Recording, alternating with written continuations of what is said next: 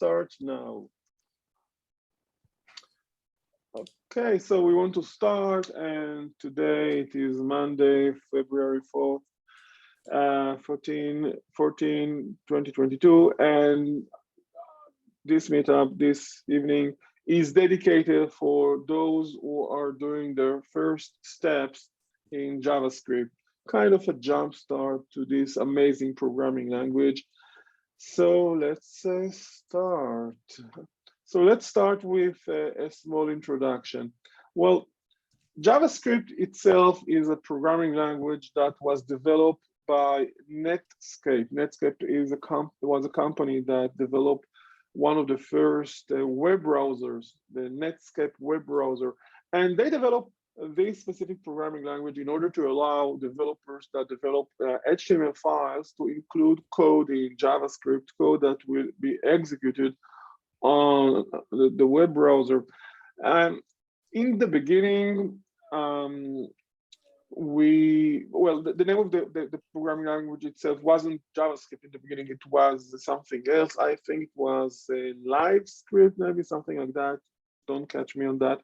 And they changed the name into JavaScript just because they wanted this programming language to succeed. And in order to succeed, during those years, Java was very popular, so they followed the name Java and chose to use the name Java, and that's why they chose to name this new programming language with the name JavaScript.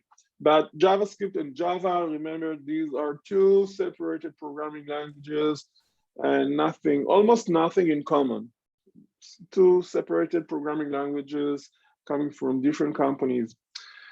In the beginning, JavaScript was used especially for writing code that is executed inside the web browser. It is very simple to include in a HTML file code in JavaScript. I can show you that.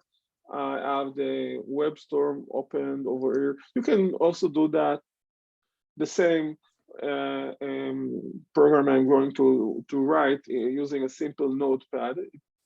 Because if you're going to execute the code itself in a web browser, it doesn't matter which IDE or text editor you are using. So I'm just creating a simple HTML file.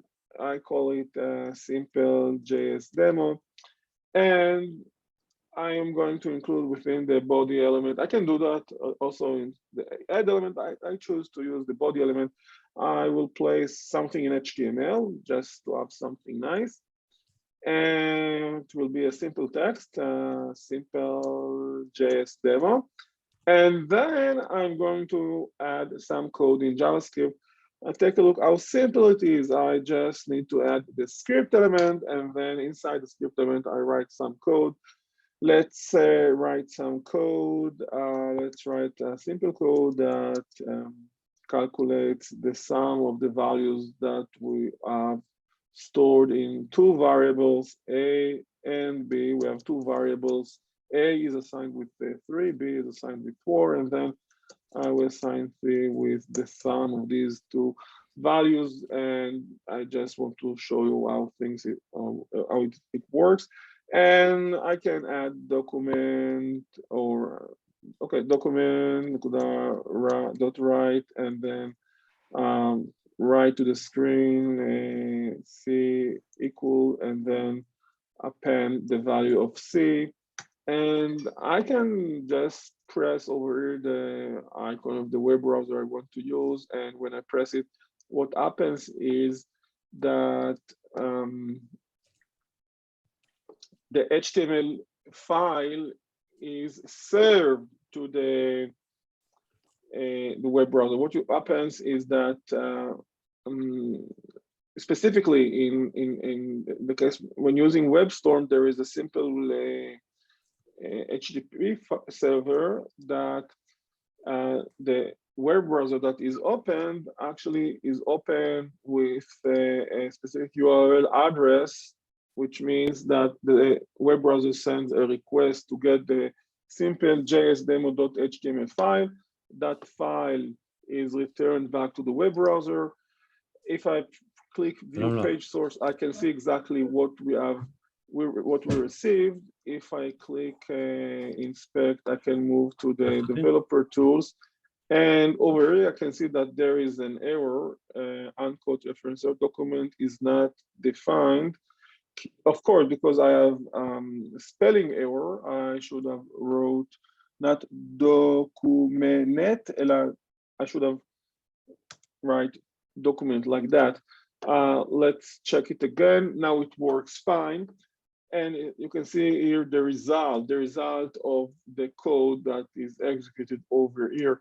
You can also have the JavaScript, the code in JavaScript in a separate file. It's very simple, just create another file with the JS extension. Let's call it utils.js, and let's put some code over here. Can we assume that all of you know programming, at least one programming language, C, C++? Can we assume that, friends?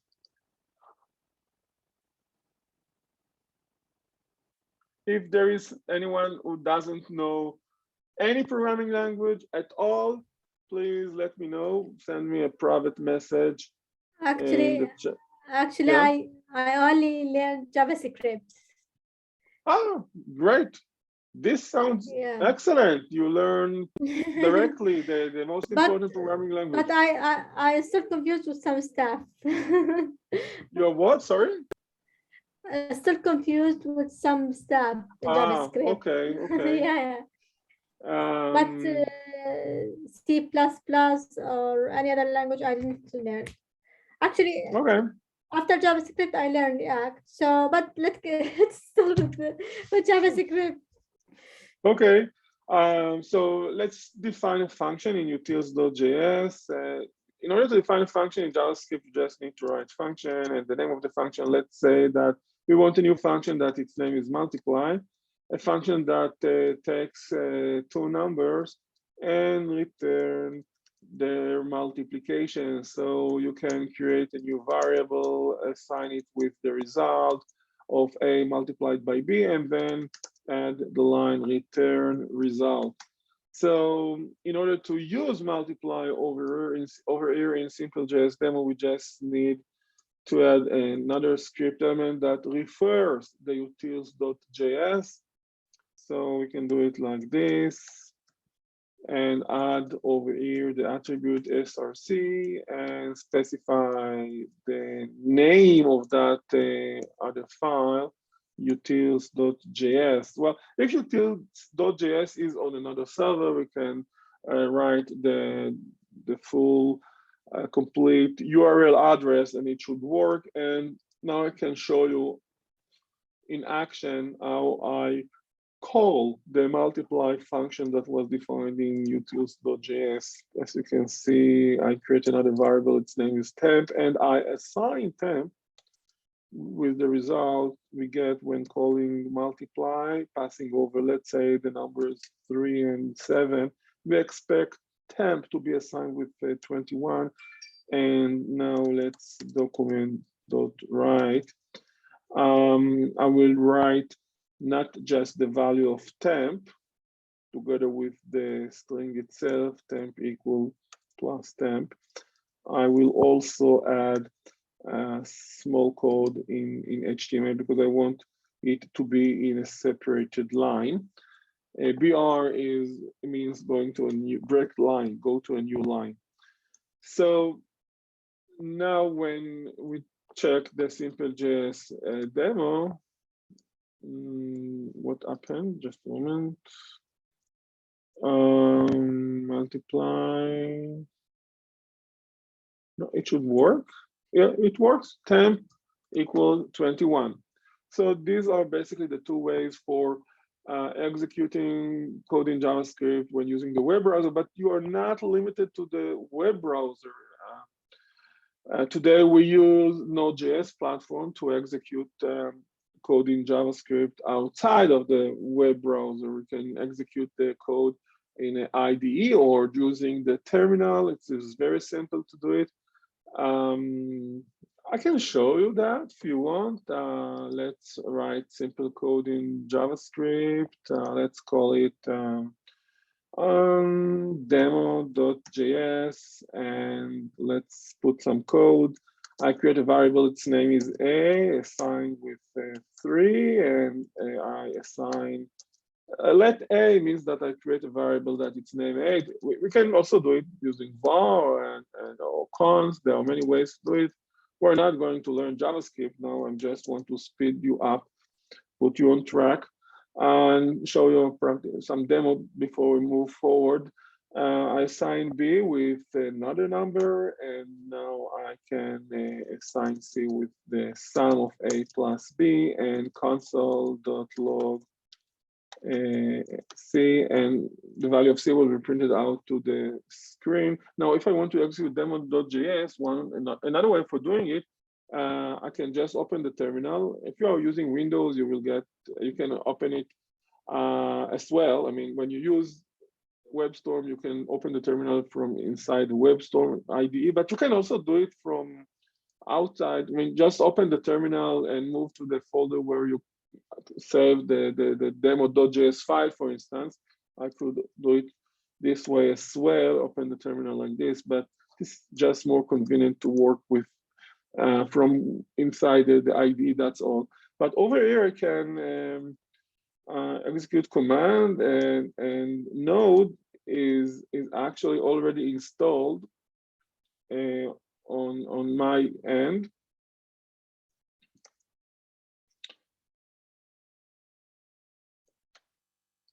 Just a moment. Not exit from this. Forgot how to exit from here. It's not what I wanted.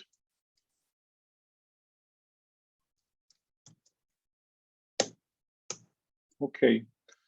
And Control C, and you are out. So what I can do over here is just node space and write demo.js. And when I do it, you can see I execute the code I wrote in JavaScript outside of the web browser. You don't need to use the web browser. You can use the web browser. I mean, you can use it for executing code in JavaScript, and you can easily use the developer tools you have in every web browser as these developer tools that also include debugger, a very efficient one. I can show you how I debug. You just need to place a breakpoint, and then when you refresh, the execution is stopped where you place the breakpoint, and then you can move forward and do a step over, and you can place the mouse over every variable just to see the value of every variable.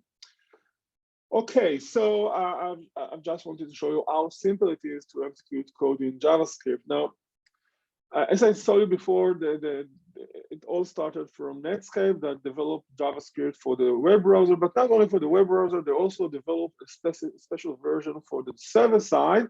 But that version, that option required you to install a specific server that Netscape developed. No one did it. I can tell you, I remember those days. I'm into JavaScript and Java ever since they exist, since 1995. And no, I can't recall even one company that took that option coming from Netscape and used JavaScript on the server side. These days, however, you can see many companies using JavaScript on the server side, and they do it using the Node.js platform. As I have just demonstrated, you can easily execute code in JavaScript outside of the web browser, and you can write code in JavaScript that creates a HTTP server, a WebSocket server. It's very simple. The code itself is usually very short, and because it is a very short, concise code, many developers find this option very attractive, and I can see many companies moving in that direction. Actually, when I think about startup companies, well, currently I'm broadcasting from my kids' room. I'm at home. I chose to avoid going to the office, but my office is in WeWork. You know WeWork, so it's a kind of big place where you can find many IT companies, many startups. I can tell you that most startups I know from where I'm staying, my office, because my office is near their office, and I see what they do. Most of the startup companies choose Node.js for the server side. This is usually the case when developing a new product. So when developing a new web application, usually the server side is developed using Node.js, just to let you know. Anyway, let's get back to some history. JavaScript itself, in the beginning, was developed by Netscape, but then Internet Explorer, developed by Microsoft, as its own version for JavaScript. They called it JScript, and there were lots of differences between the two. And then there was a try to put some order into this chaos, and ECMA script, and I mean the specification ECMA 262, was a try to put some order into this chaos and create a specification that everyone will follow. Actually, no one took them seriously, and ECMA script, even though they exist for years, only when people started talking about HTML5, it was something before 10 years, only then JavaScript become important, and the front end developed in JavaScript become an option because all companies chose to say goodbye and avoid the Flash and Silverlight technologies. And only then people started taking ECMA script seriously. And today I can tell you that this body, ECMA, that takes care after the new versions of ECMA script, release a new version every year. So every year we have a new version for ECMA script, and those versions introduce new improvements and new capabilities.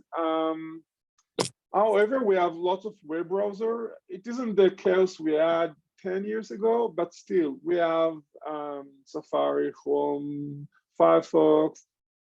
Anyway, I can tell you that Chrome, or let's say Chromium, the open source project behind Chrome, is actually standard de facto these days. No one can promise and say this is going to be in the future as well. I can tell you that Internet Explorer used to be the standard de facto 20 years ago. 20 years ago, 90% of the market was Internet Explorer. Today, Internet Explorer doesn't exist. However,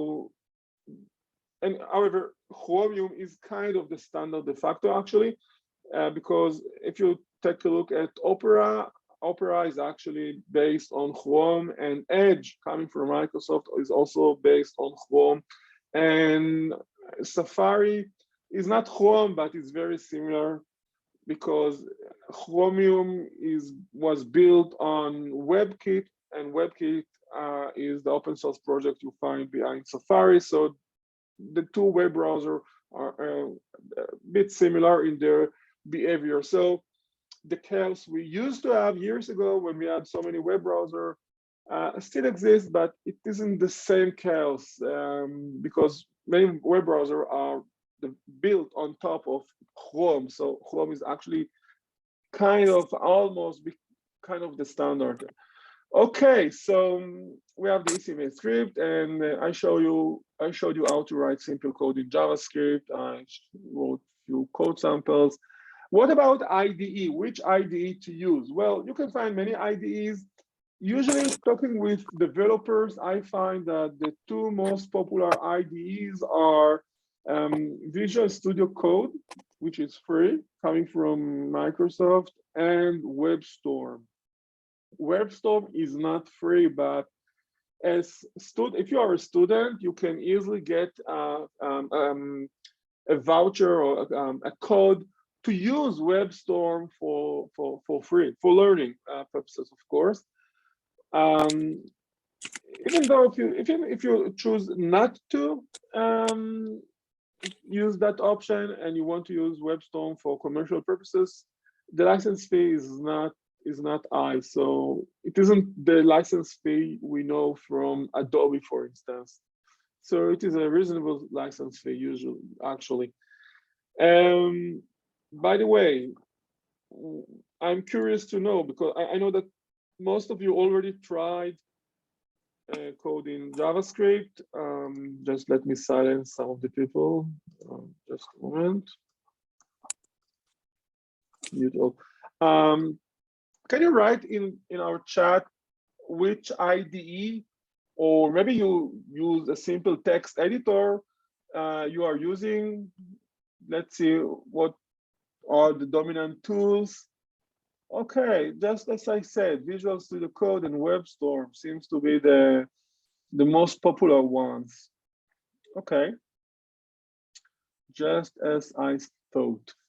Okay, let's move forward. So we talked about the development. By the way, simple text editors, I can still find developers that insist on using a Notepad or Sublime or something similar.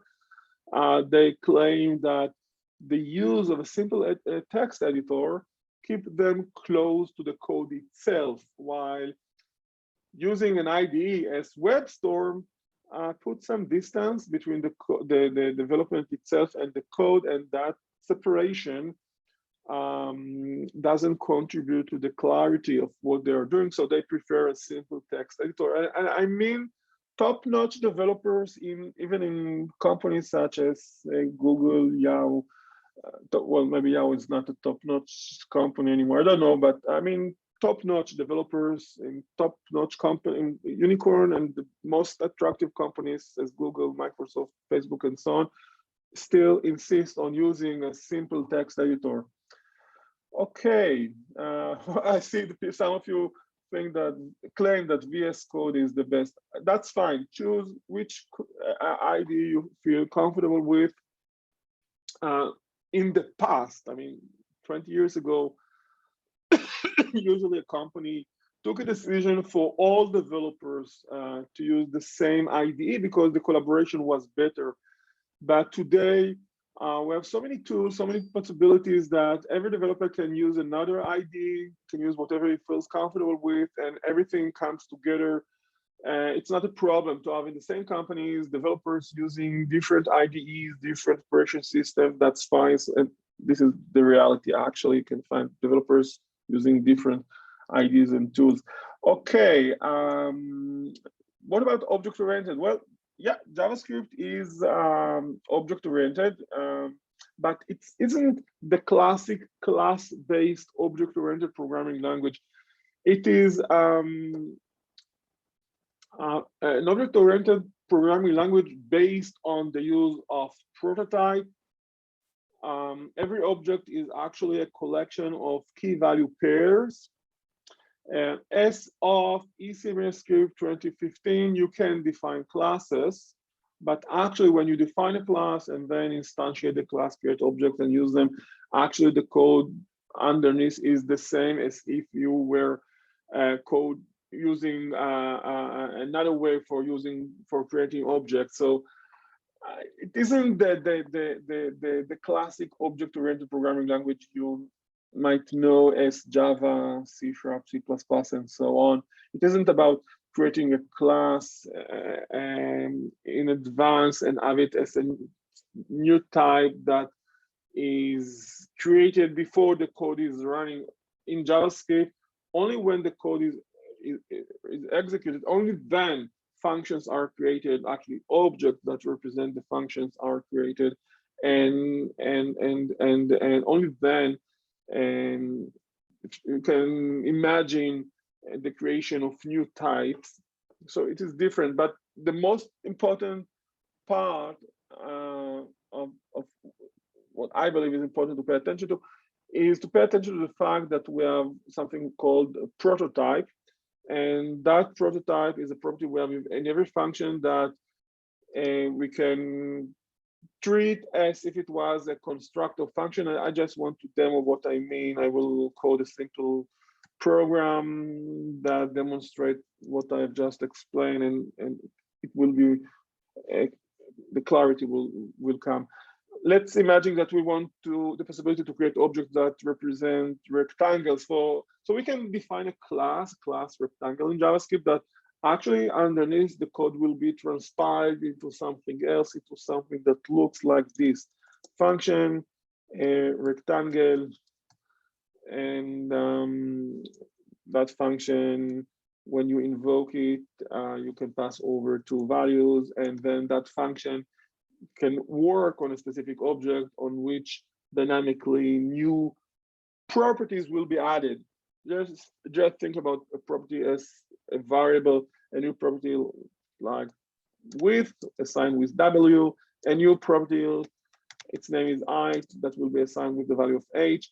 And then, as you can see, we can start playing with the prototype object of this constructor function. This function, rectangle as a function, will actually be used as, it will be used as a constructor function. It will be used as a function that we invoke in a new object. When you write new, you actually create a new object, and then on that new object, you invoke the rectangle function, you pass over two values, and underneath you can imagine that, by the way, W, this isn't part of the code. W, the letter W and over here, the letter H is something that the IDE adds just to contribute to the clarity of the code. It's not part of the code. Now, over here, we actually create a new object and invoke the function rectangle on that object. And when rectangle is invoked on that object, it adds two variables to the new object that was created with and height. Now, as you can see, we can refer to rectangle dot prototype. A prototype is a property that exists in every object that is a function. And over here, we actually created a function. We actually created a new object that represents a function. And underneath, you can imagine that a new variable that its name rectangle was created. And that new variable was assigned with a reference for an object that is actually a function. So when you write rectangle, you actually get a reference. It's the value of the name, the text rectangle is actually a reference for an object that represents a function. And every object that represents a function has the property prototype. So I can access that prototype, and that property, its name is prototype, holds a reference for an object that serves as the prototype for every object that will be created using this constructor function. And I can add to that prototype object a property such as area and assign it with a reference for a new object, which is actually a function. So knowing that every property in the prototype object that serves the rectangle function is available for every object that will be instantiated using the rectangle function, I actually can use that for creating new functions that the references for the object will be stored in properties I add to the object, which is the prototype of this specific constructor function. So over here, when writing this code, I actually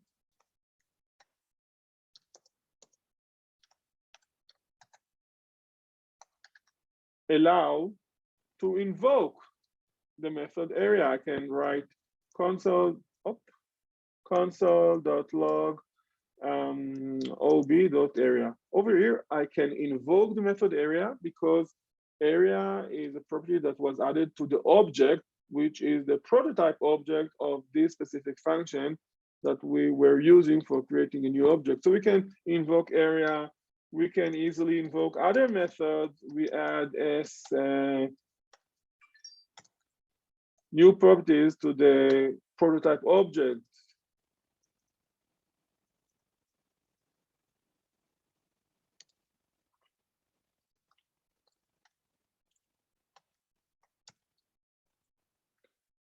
Perimeter, so 2 multiplied up this dot width plus this dot height, multiplying by 2, and we get the perimeter of the rectangle. And over, I printed to the screen. Now I can get back to the terminal, and I can easily invoke the code in simple OOP using the node utility. When you install node on your computer, you can use this node utility for executing simple code in JavaScript. You don't have to go to the web browser in order to execute the code in JavaScript. And this is very comfortable. By the way, IDEs such as WebStorm even allow you to debug inside the IDE, but we don't have time to show that. Let's write node and simple OOP.js, and okay, we got the result. Area is 12, perimeter is 14. Well, I show that just to emphasize the fact that even when you define classes in JavaScript, underneath the code is transpiled into code that looks like this code, a code that uses the prototype object that every constructor function has.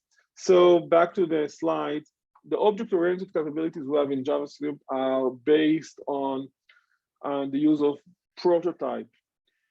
Even inheritance, we can demonstrate in JavaScript, even inheritance, even when you see code that includes definition of a class that extends another class, underneath is transpiled into code that means inheritance by using the prototype object that every constructor function has. So the inheritance in JavaScript is based on the use of prototype. Everything that exists in JavaScript in the context of object-oriented is based on the use of prototype, or is based on the use of the fact that every object is a collection of properties and every property is a key value pair.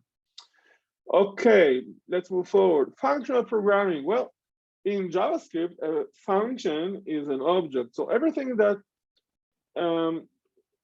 relates to functional programming and means the use of functions, passing over functions, calling a function and getting a function in return. Because of the fact that a function in JavaScript is an object, is very simple. And I can show that. Functional demo.js.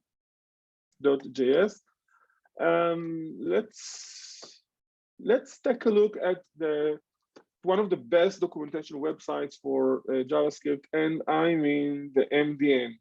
If you search MDN JavaScript, you will get, in my opinion, the best documentation for JavaScript. And if you want a good advice for learning JavaScript, use the documentation on this website. It's an amazing documentation. It covers lots of topics. On the other hand, in some cases, the explanations are not the best explanation, are not very accurate, in my opinion.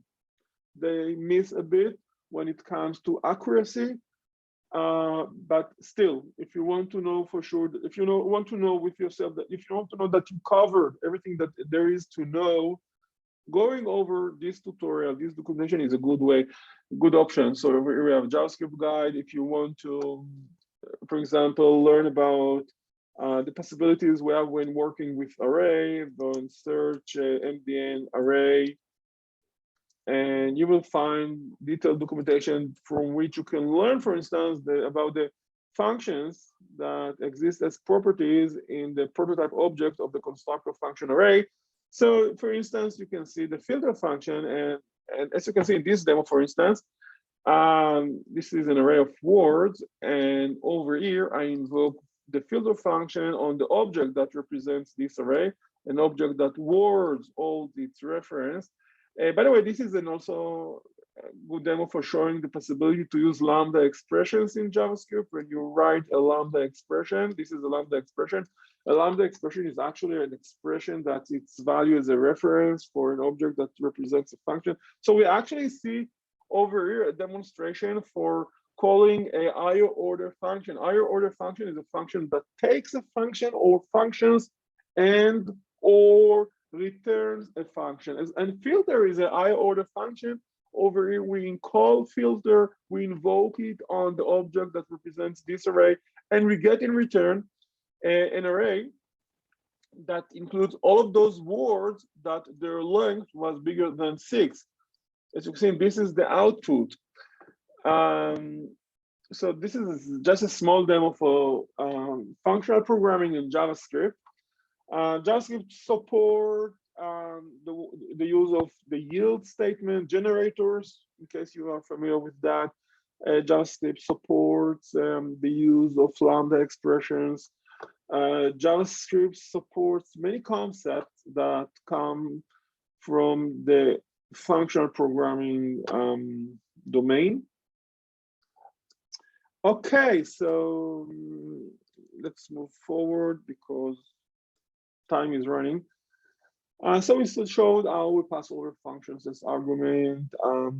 Assigning a function to a variable is very simple because a function is actually an object and an object has a reference, and it is very simple to assign a reference for an object that represents a function to specific variable. I can show you that.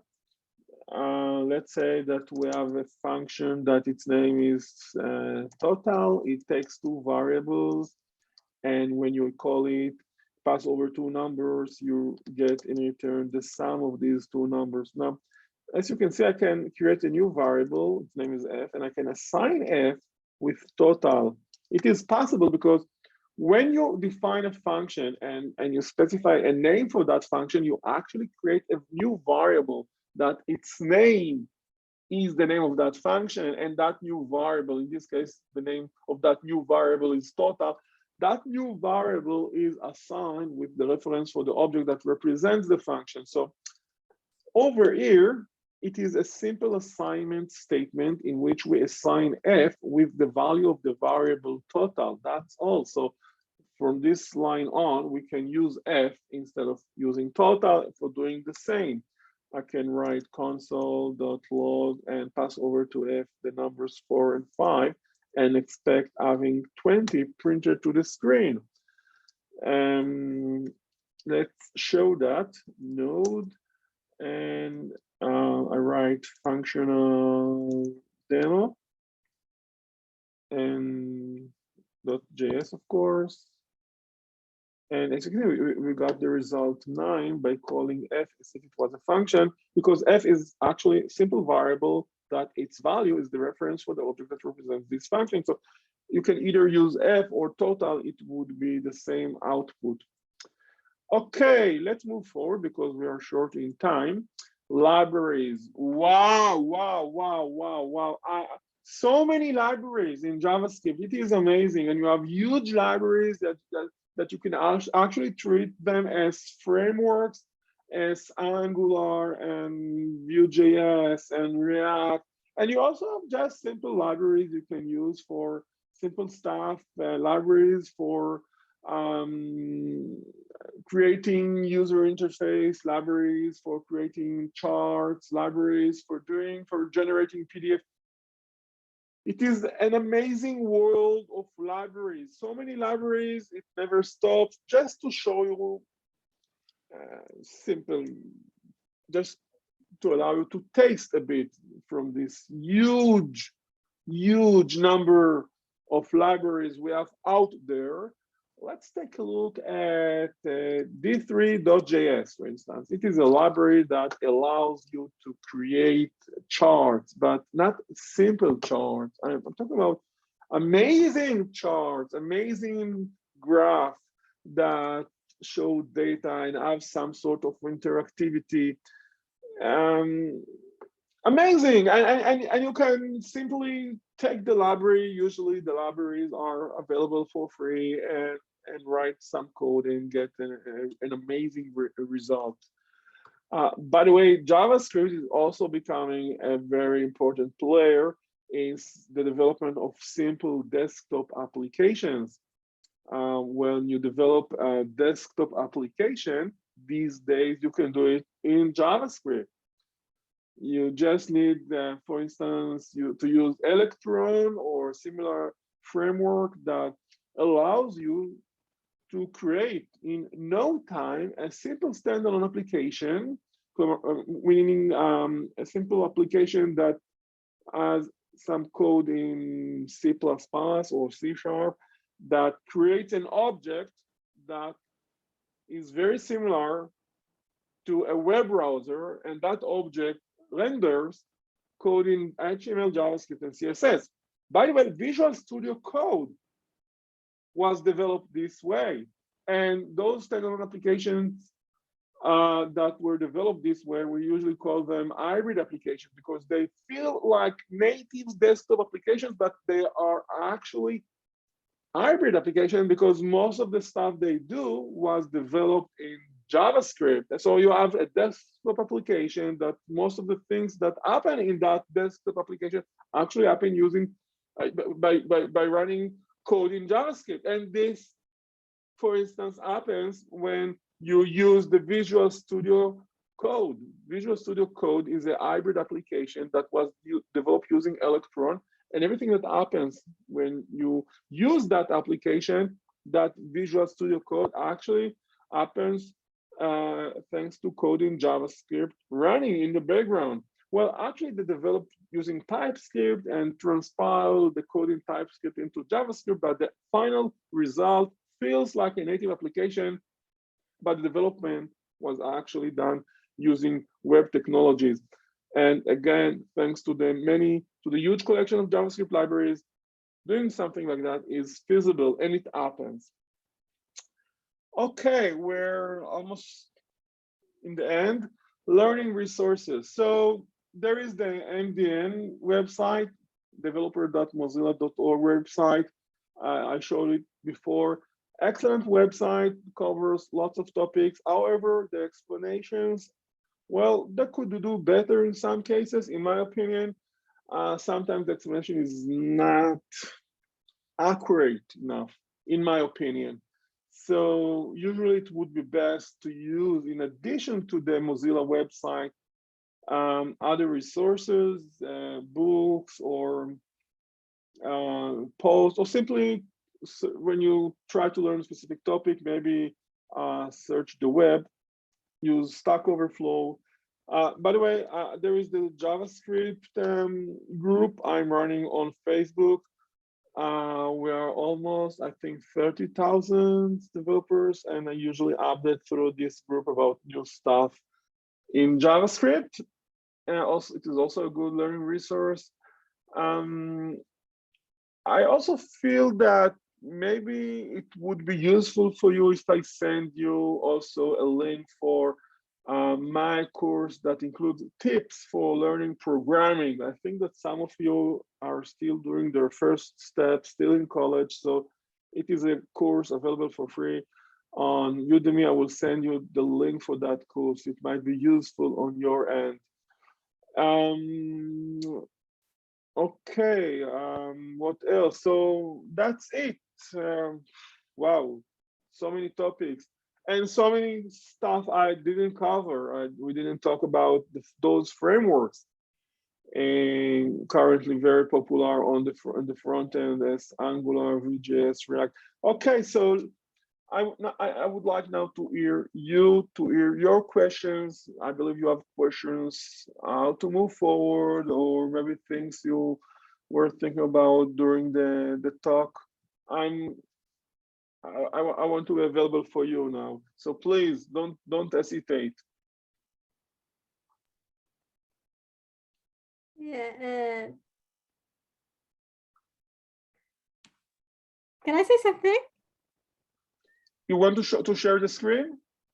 No, but I want to say something. Yeah, for sure. Of course. Speaking of libraries, JavaScript library, I don't know, but I'm with React. When the first time I learned JavaScript library, I start learning React. Sometimes it's easy to me to use React instead of JavaScript vanilla JavaScript. I don't know why, especially when speaking about React hooks.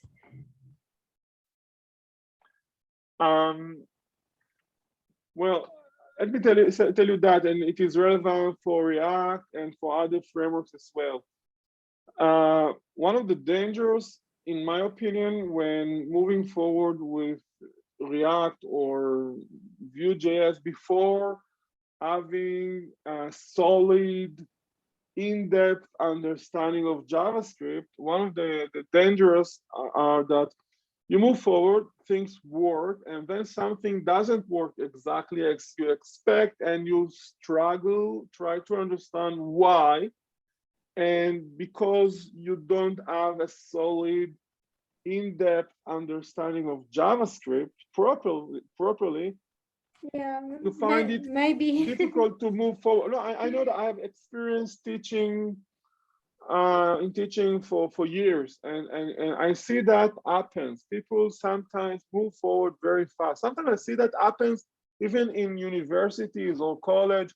Students are working on a project, and the lecturer that supposed to help them just throw them and tell them go learn and do something, and then they try to struggle and do something without having a complete, solid, in-depth, detailed understanding. So when they do simple stuff, it works. They say okay, they move forward, and then something doesn't work, and it happens, and they don't know, and the struggle, and it all happens because the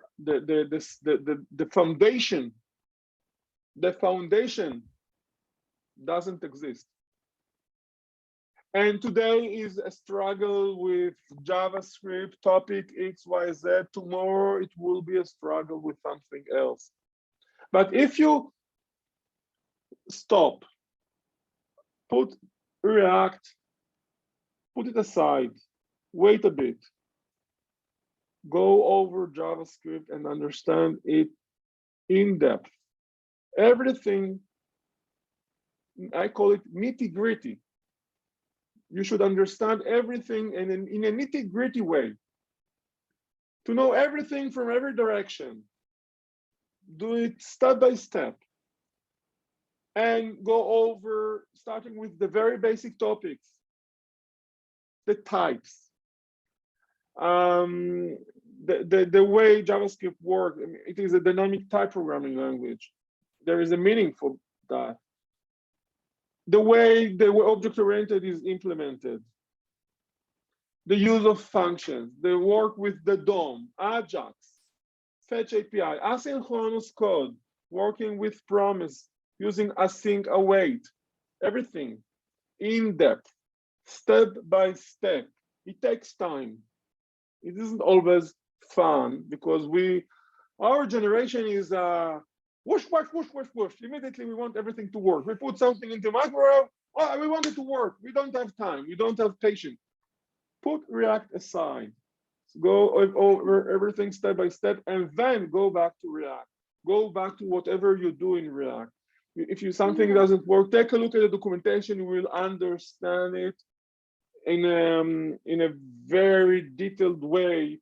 You will know exactly where you missed and what you missed, and you won't struggle and waste so much time about things that don't work exactly as you expect.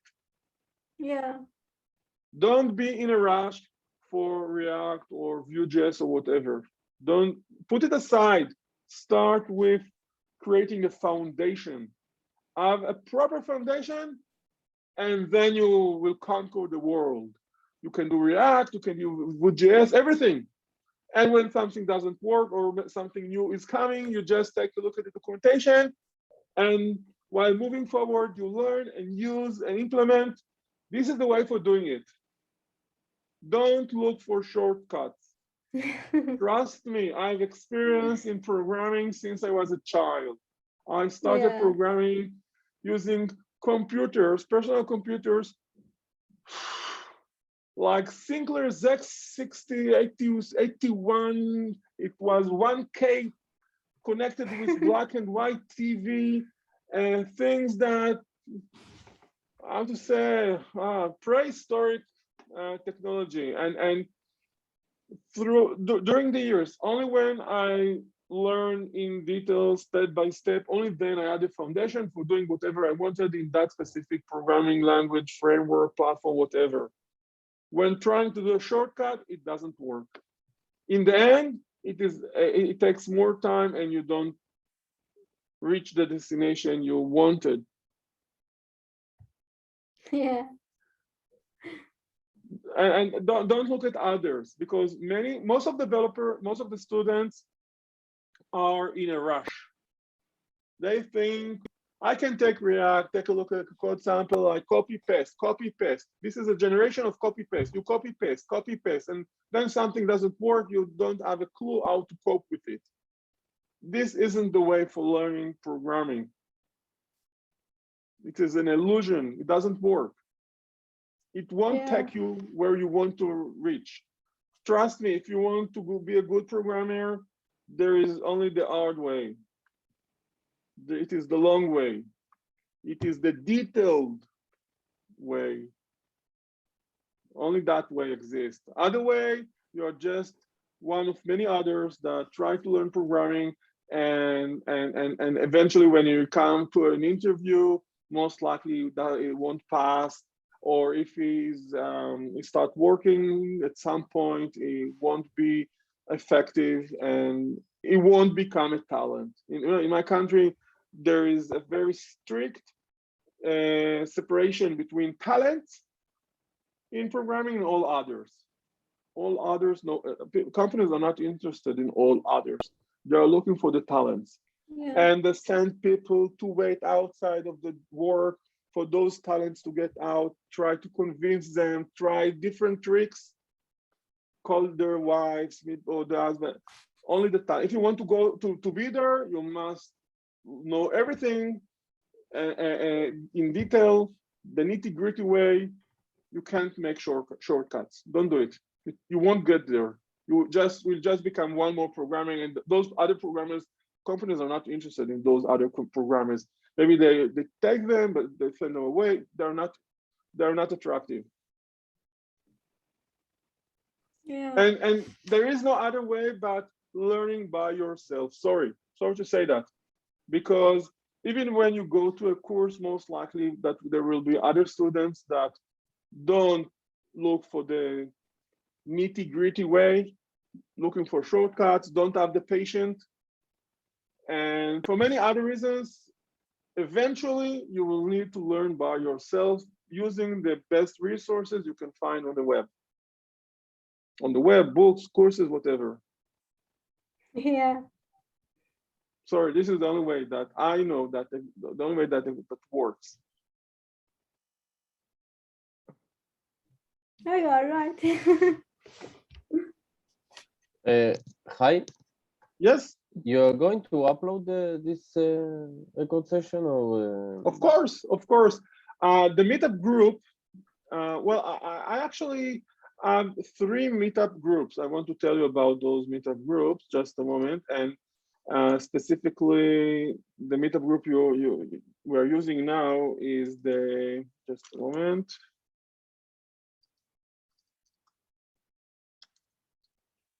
It is this group, Life Michael group. Well, by the way, when you check events, you can also look at events that took place in the past. And usually I record and upload the video and place a link for that video. It happens in most meetups. So you just need to click that meetup that already took place as the one that takes place now. And then you can find in the comments somewhere, if that meetup was recorded, a link to the slides and the link to the video on YouTube. Sometimes the link to the video is embedded in the slides. Well, now I see that this specific meetup wasn't recorded, but most meetups are recorded, and you just need to check the comment for the video. Specifically, this meetup, as I said before, after the meetup ends, I will send you a message with everything I was talking about, including the link for the video. I also want to take a look at 2 other groups I've started to run, very new ones. The first is Life Michael Kids. Life Michael Kids focus on teaching kids programming. So far, we had only 1 meeting, was online. This group will be in English. And there is also another group. Sorry for those that are not from Israel. The other group that its name is Life Michael Kids Tel Aviv, but people from Israel that have kids.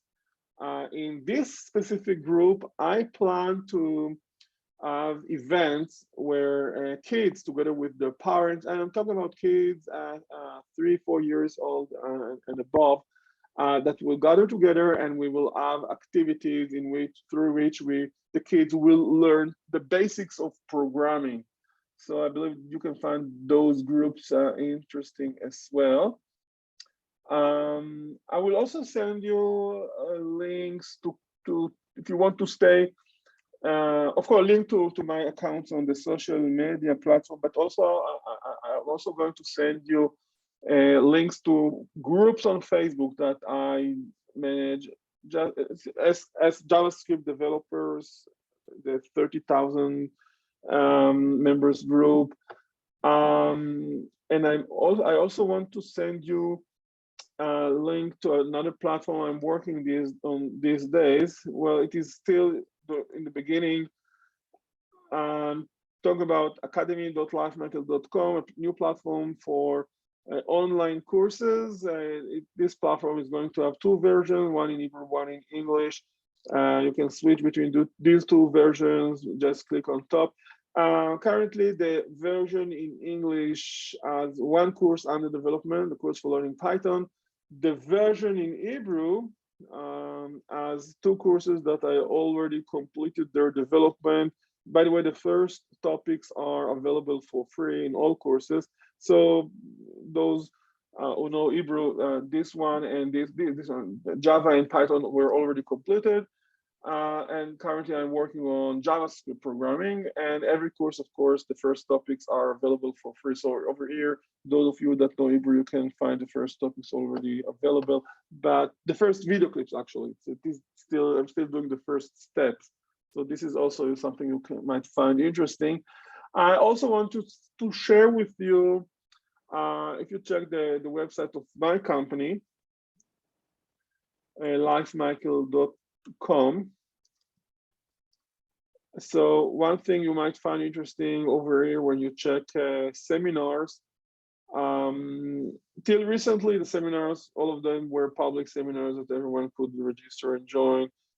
Following the Corona, I chose to do things a bit different. Now, if you check the seminars page, you can find details about seminars that are available for companies that want to arrange them for their developers. So you can find seminars in Python, in Kotlin, Java. So if you work in a company and you want your company to have a specific seminar on a specific topic, and that was already developed, just let me know. If you are interested, for instance, there is a seminar about asynchronous programming.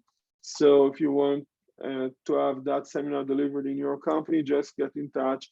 We can do it either online using Zoom, so we can work worldwide, but it's very simple. We can also do it in your premises.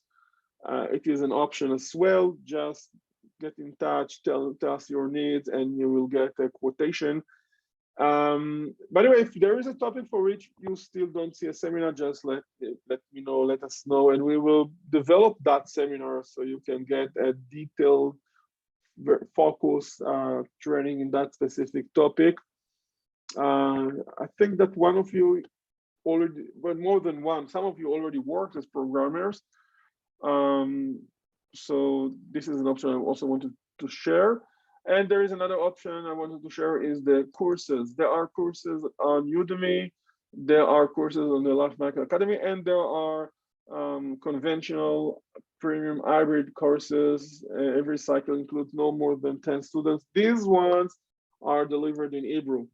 A part of these ones, all other courses and seminars are delivered in English, as I said. And over you can find detailed explanation. And one specific course that might be interested for those of you that speak Hebrew is the course following Node.js that starts in this July. You can click and get more detailed information. Okay, so now I'm back with you. Any question you have, I will be more than happy. Okay, Daniel, thanks. This is fine. And of course, if you want to, maybe you want to come with the kid to the events I talked about, for teaching kids programming, just join the Meetup group, and those events are going to be for free. Okay, so I'm with you, and please, any question you have, any tip you would like to get from me, let me know, and I will be more than happy to share and advise at which direction to move forward. Just let me know.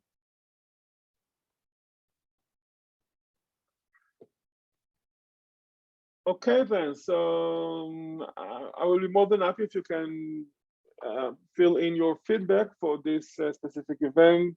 You will get a notice from the Meetup platform, and through the form you get, you can deliver your feedback, and your feedback is highly useful on my end. And I will be very happy to stay in touch. I will send you all the links for my accounts on the social media platform to be connected. I will be very happy to be in touch. And that's it. So thank you for, I believe, no more questions. So thank you for joining this intimate meetup. Good luck. Take care. We thank you. We thank you. Thank you for your welcome. advice. Bye. Thank you. Nice to see you. Bye-bye. Thank you very much. Bye-bye. Thank you. Bye-bye.